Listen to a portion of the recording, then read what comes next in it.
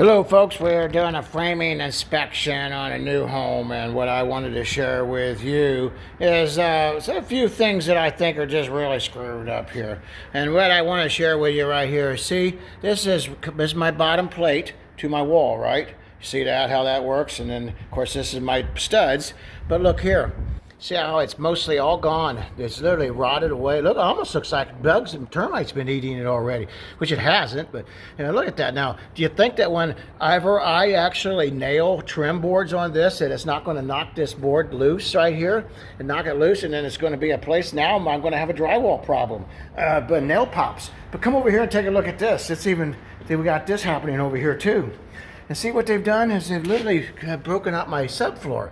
Look at that. Well, folks, this is what you're looking for in a new construction inspection. Hope this helps. Hit like and subscribe. Share with your friends. I thank you so much for helping other people by sharing this. Folks, great day.